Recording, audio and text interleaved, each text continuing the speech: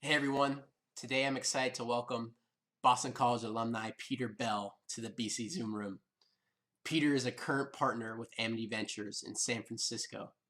Peter has spent the past 3 decades starting, building, and investing in technology businesses with focuses on machine learning, autonomous logistics, fintech, Internet of Things, cloud computing, and enterprise software. This show is great for young people who are beginning to embark on their career journey. Please listen if you're interested in learning more about the future of work and skills to develop to be prepared. Let's welcome Peter to the show. Peter, how's it going? Good, Drew. How are you? Doing well, doing well. Another week out here, social distancing, quarantining. How's it out in San Francisco? I guess it's probably the same everywhere, but we had some nice weather over the weekend, so I got some good hikes in with my wife and my dog. So, I guess everyone's doing the same. Absolutely. So, Peter, or as I should say, Mr. BC, you've been so good to students, faculty, staff, just giving back and giving your time. Could you give our students just a 2-minute overview of kind of where you're at now in the world, especially with COVID-19? Sure. And as you know, I focus my professional energy on venture capital. So, we've been continue to be active, investing over the last few weeks, both on some new opportunities as well as supporting our existing portfolio. But it is a time where entrepreneurs and company leaders of all sizes are definitely wrestling with some difficult decisions in terms of how the pandemic is affecting their business. So really spending a lot of time just talking with the CEOs in our portfolio companies and working through different issues as they think about various scenarios in terms of the go forward plan for their businesses. Absolutely.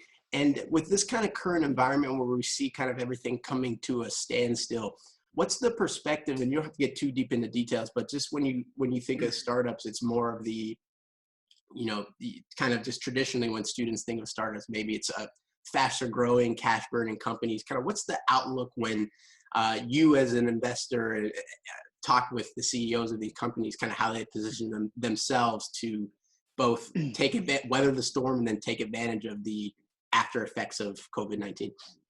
Yeah, I think there's a few different types of companies. I mean, there's obviously a number of startups in kind of the consumer segment, particularly in travel, hospitality, and those businesses are obviously severely affected because essentially their business has gone to zero or close to zero. Fortunately, that's not a sector we've been investing in, so we don't have some of those really dramatic shifts that have faced some of those companies. Having said that, as you mentioned, there's just a general business slowdown, and many startups are not yet profitable. They're backed by venture investors, so thinking around their cash burn, their path to profitability, as well as sort of future fundraising, when are they going to need more capital to be infused into their business, is something that they're all wrestling with in one way, shape, or form.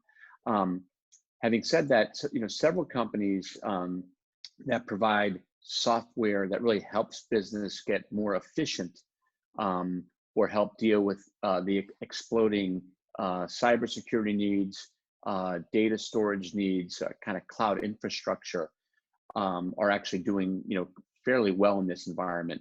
I think they're still facing a slowdown in potential new business activity, but there are certain pockets that are still seeing some success in this market. Absolutely. And you kind of just think about it high level when we're having a call through Zoom, you just have to think of where the shift is being focused on in data security, IT security, all those kind of pockets you're discussing definitely makes sense and why they're kind of starting to see the wave start to come towards them.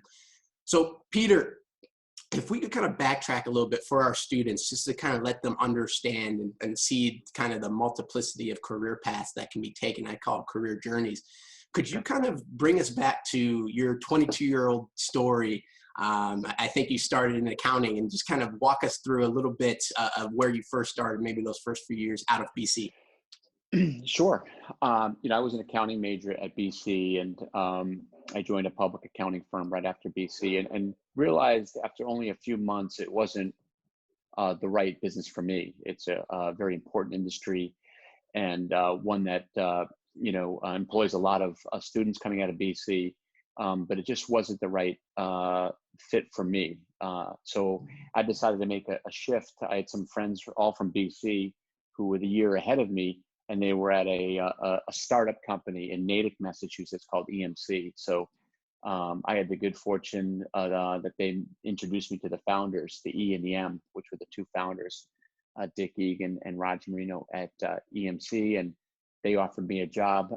So I started there as an inside salesperson, and the company grew quite dramatically. They were really playing into the growing needs around data storage, more processing of both mainframe and mini computers at the time, as the computer industry was really burgeoning. And so they had tremendous growth, and they asked me to move to San Francisco, which I did. I'd never been to California. And so I've spent the last, kind of my career, I really half in San Francisco and half in the Boston area. But just to your specific question, what happened is as we were providing gear, essentially computer equipment to large corporations, many were starting to ask about new ways to both acquire equipment, but also to run it. Today we call that cloud computing. And me and a friend of mine, Bill Miller, we decided to embark and start a company that delivered computing as a utility service, and we called that Storage Networks, and we started it in Waltham, Massachusetts. So that's when I decided to sort of leave the mothership and sort of embark on really an entrepreneurial career, which is really what I've been doing, both as a founder, but also as an investor over the last 15 years. Absolutely. And so now, could you dive a little bit deeper when you made the transition from the, one of the big three at the time, or big four now, into, a younger, newer company? Kind of what was going through your mind? Because that kind of seems to go against the traditional advice of, you graduated from a great institution of Boston College, and you landed the good, strong, public setting type job, and then you made a transition. What was going through your mind? Yeah, I think, there's, many people, kind of coming out of schools like BC, really have a career plan. And I think that's important. Having said that, I think you have to be nimble, because it's often those plans get changed, they get derailed. There's economic issues like we're facing now, health issues like we're facing now. There's family things that emerge, and other parts of your life that really impact career decisions. So I would encourage students to be nimble, because I think the most important really thing, and really the only thing you control, is sort of your mindset. It's very hard to control what happens in the broader economy, or what even happens to your specific business. So I have never thought of entrepreneurship as risk taking. Per se. That's often the common thing, or you take a risk. I've always thought very risky to stay at some large company where you have actually no control of your own destiny. And then, someone can come in and one day and say there's a layoff or job cuts or change of strategy. To me, that's actually more risky, because you're not actually in control.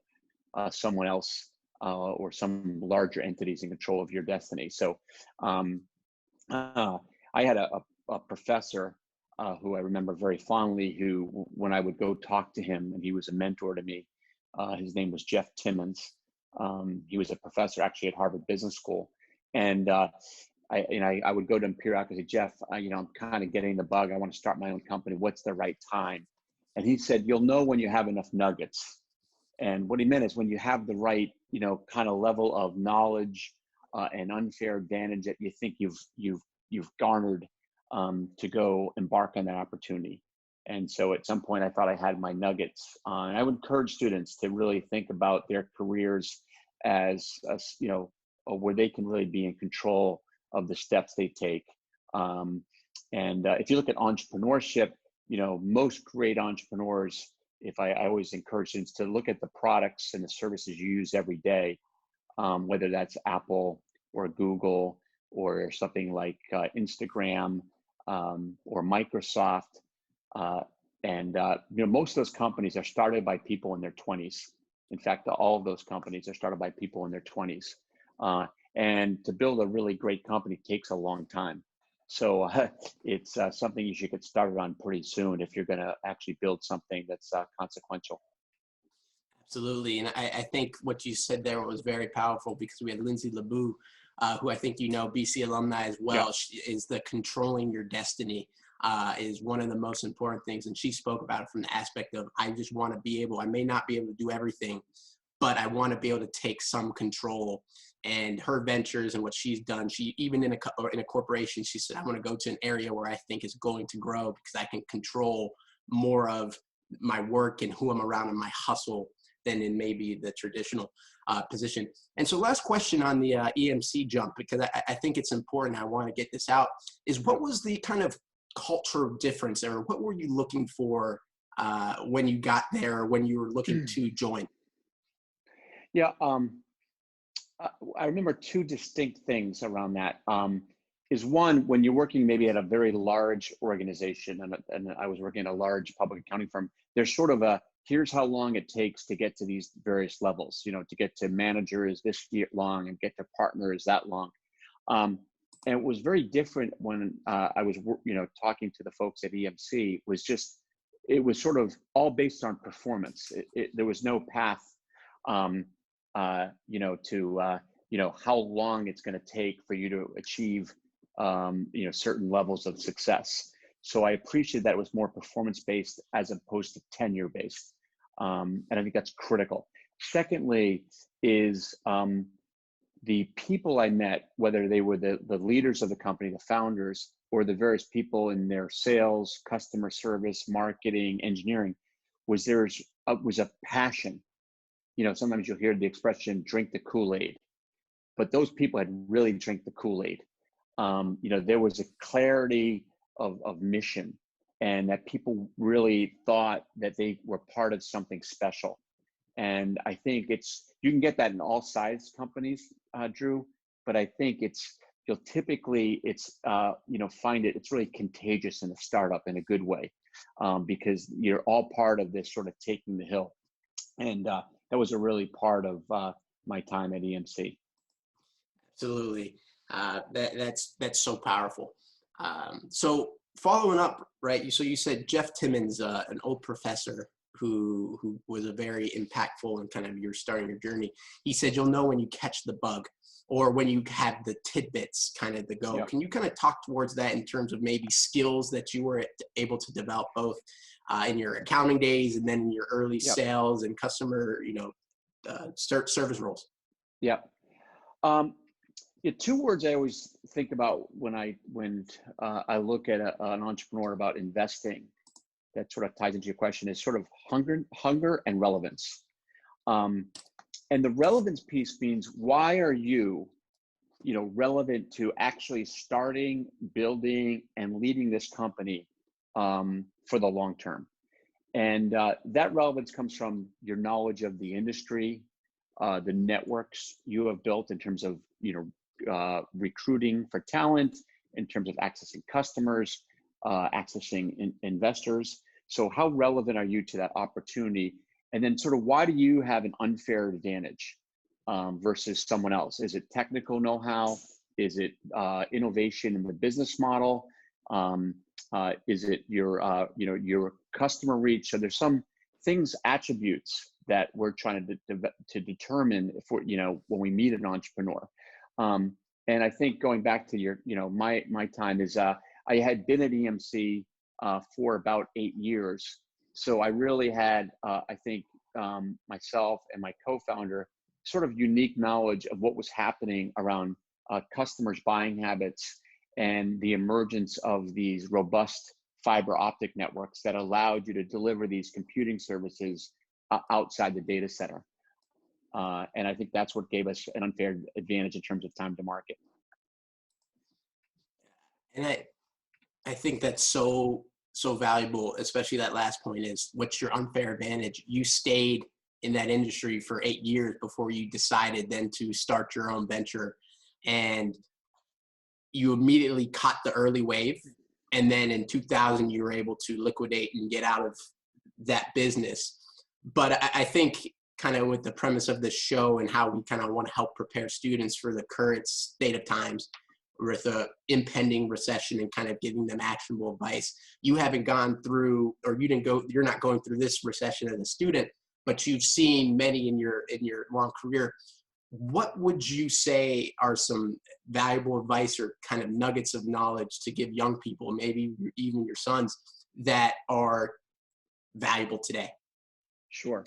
Yeah, and I think it's a very good question, and this situation is so unique, and really no one in our lifetime has seen anything like this. So, but I would say this is a time to probably do a little bit of self-reflection, because many things that you probably assumed, even 3 months ago, or even a year ago, are so different today. So the rules have changed in terms of what employers are going to look for, what skills, what industries are going to be important, and it might give you an opportunity. Maybe you thought you wanted to go into a certain sector of the economy that maybe is going to be hit for a longer period of time.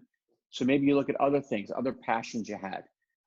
For example, obviously we've seen the amazing stories from our healthcare professionals who are on the front line. And maybe there's something in that field that you say, I can make an impact there.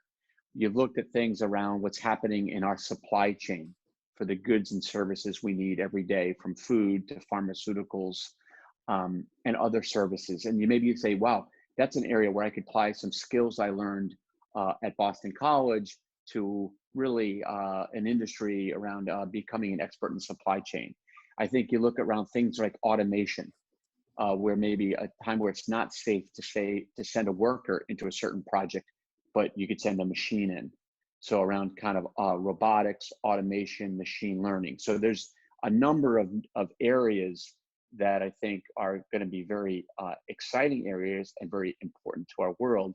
And I think BC, particularly around the kind of liberal arts education, regardless of your major, really gives students an opportunity to maybe reflect on that and think about what the world's going to be like over the next 10 years, where they can make an impact, but is also an area where they're passionate and they can apply some of the skills they've learned to that industry. So I'm a young student, and maybe I'm just graduating, or maybe I'm a BC alumni, but I'm young, 1-2 years out, or I'm in the ranks about to get out of school. I don't have too many skills or marketable skills yet. You've given us some of your perspective industries that are impactful today: supply chain, healthcare, machine learning, automation. What about for skills? How can I kind of say, I don't have the skills today, but I want to develop maybe public speaking or communication? Sure. What are some skills that are valuable you see today in the 21st century? Sure. I often say to students, and I still believe it's true, I think you often have more skills than sometimes people give you credit for, the individual student. And a lot of the skills are around curiosity, and I'll call it no baggage, meaning you have a fresh set of ideas. You don't have maybe years of doing something a certain way that's going to be very difficult to change. So you have this adaptability. So I think that's a foundational skill. But I think then to take those foundational skills and to Drew, your question is, how can you then really apply that to the new world? So for example, you might have said at BC, I majored in finance, or I majored in communications, or I majored in education.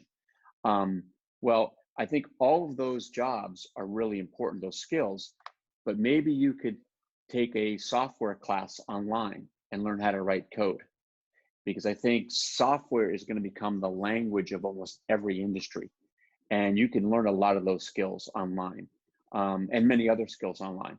I think the decentralized workforce that we're all living in now, whether we're in a company, looking for a job, or being a student, or being a teacher, these skills are going to be critical for the new kind of world we all work in.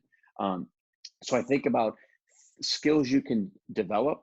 I was just talking to one of our companies, and they have a real strong need in what they call customer success. And this is really, as customers are now onboarded, where there's no service person that goes on site to train them on new software. They have to be trained, onboarded, all through things like Zoom and things like screen sharing. So really, it's much broader than just customer service. It's really the whole customer journey. So I think those skills are ones, those are new skills. So I think a 20-year-old student at BC is probably even has advantages over, say, an incumbent person that might have skills that work in a different working environment. So I think those are some examples of skills that students should think about developing.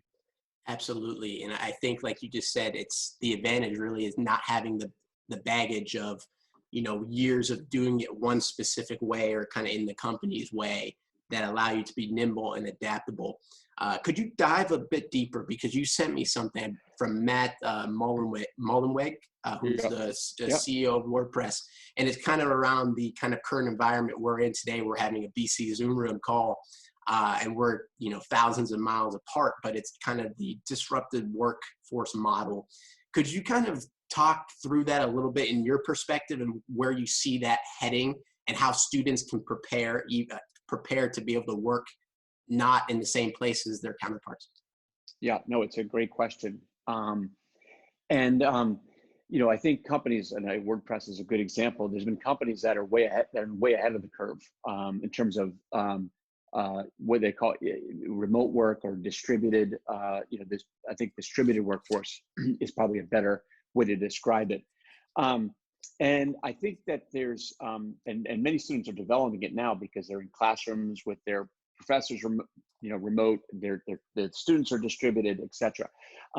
So I think learning to work in that environment is really important, and how to be a team player, how to engage with other people on your team, how to be mentored, and how to mentor in an environment where you're not together. You can't go grab that physical cup of coffee or go with a coworker, for lunch, or to help them with some project they're working on. You really have to learn to adapt.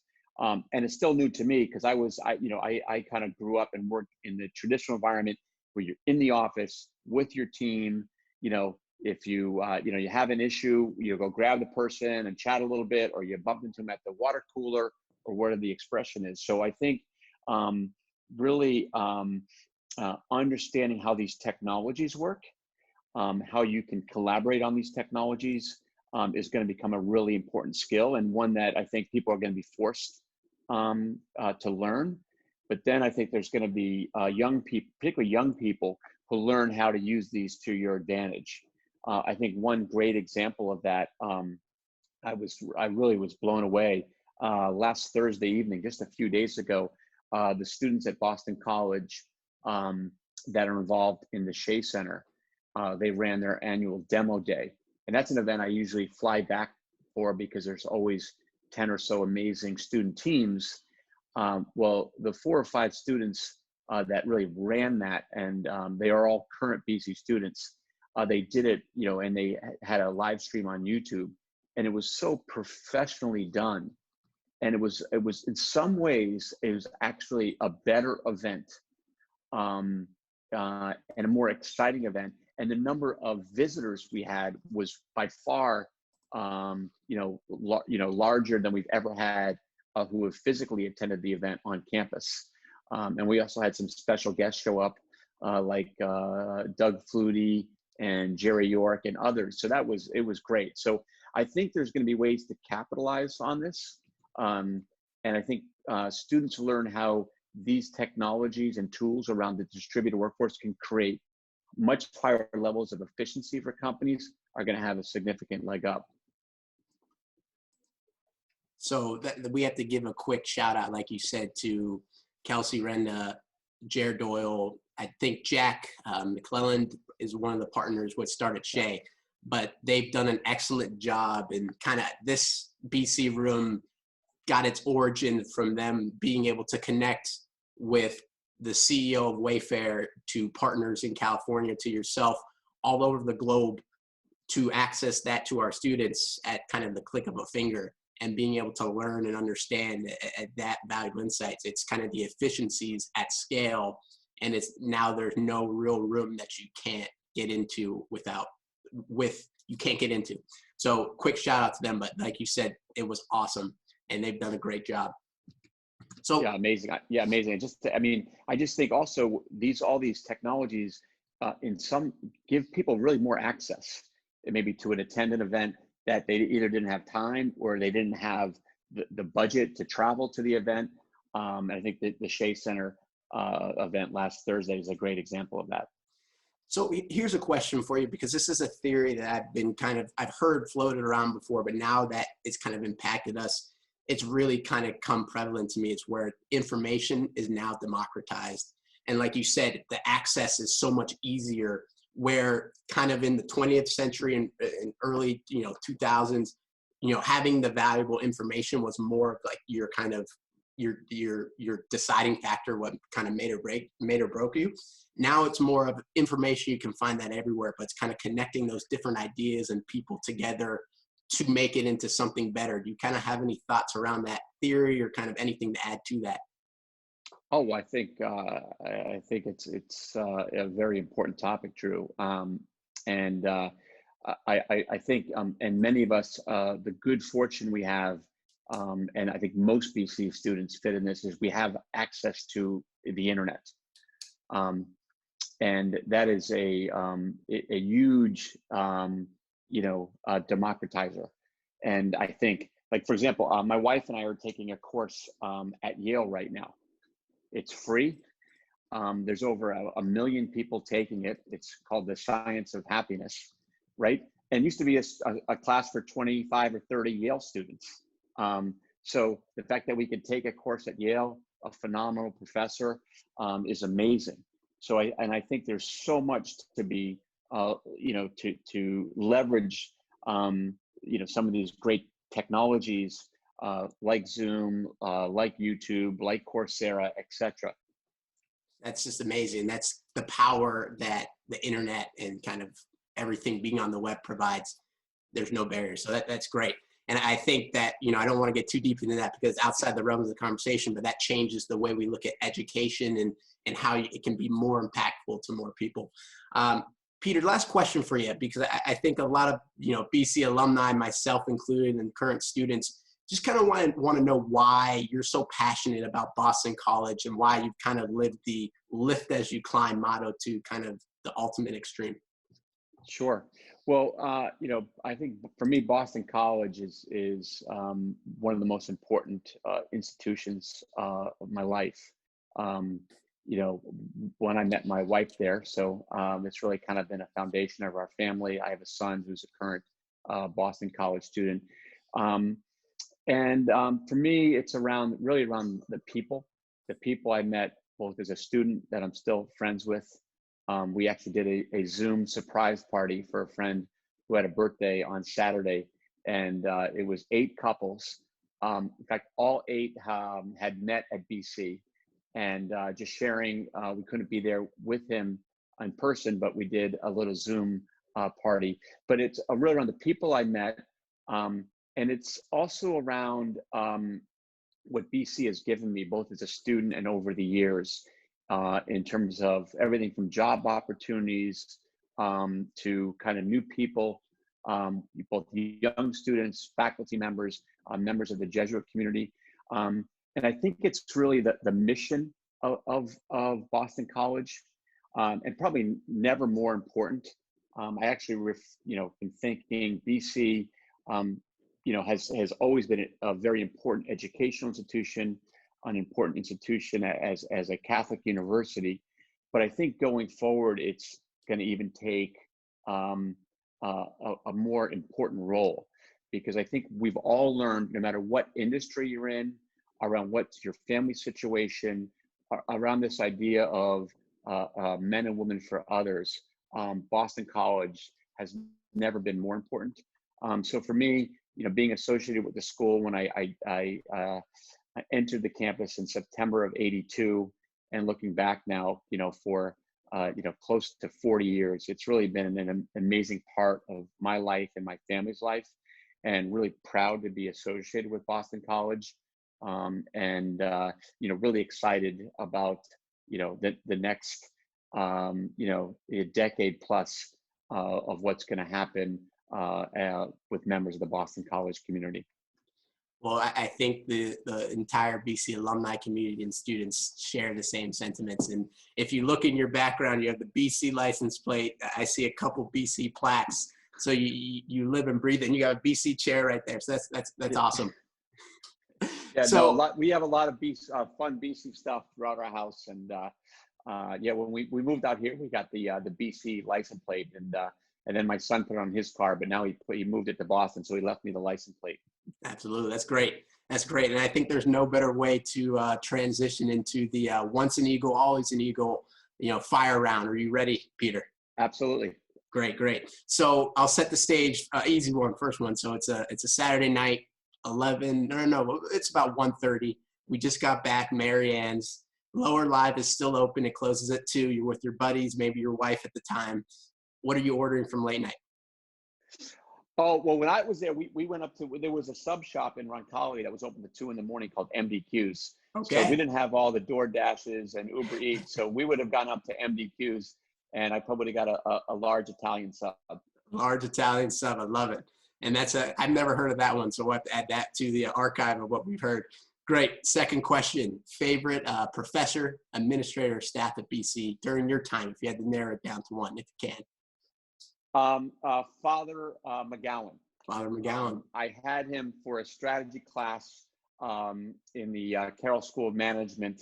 An incredible professor, and spent a long time at BC. He also was a Jesuit in residence, so knew him both in and out of the classroom, and still to this day consider him a very important friend in my life.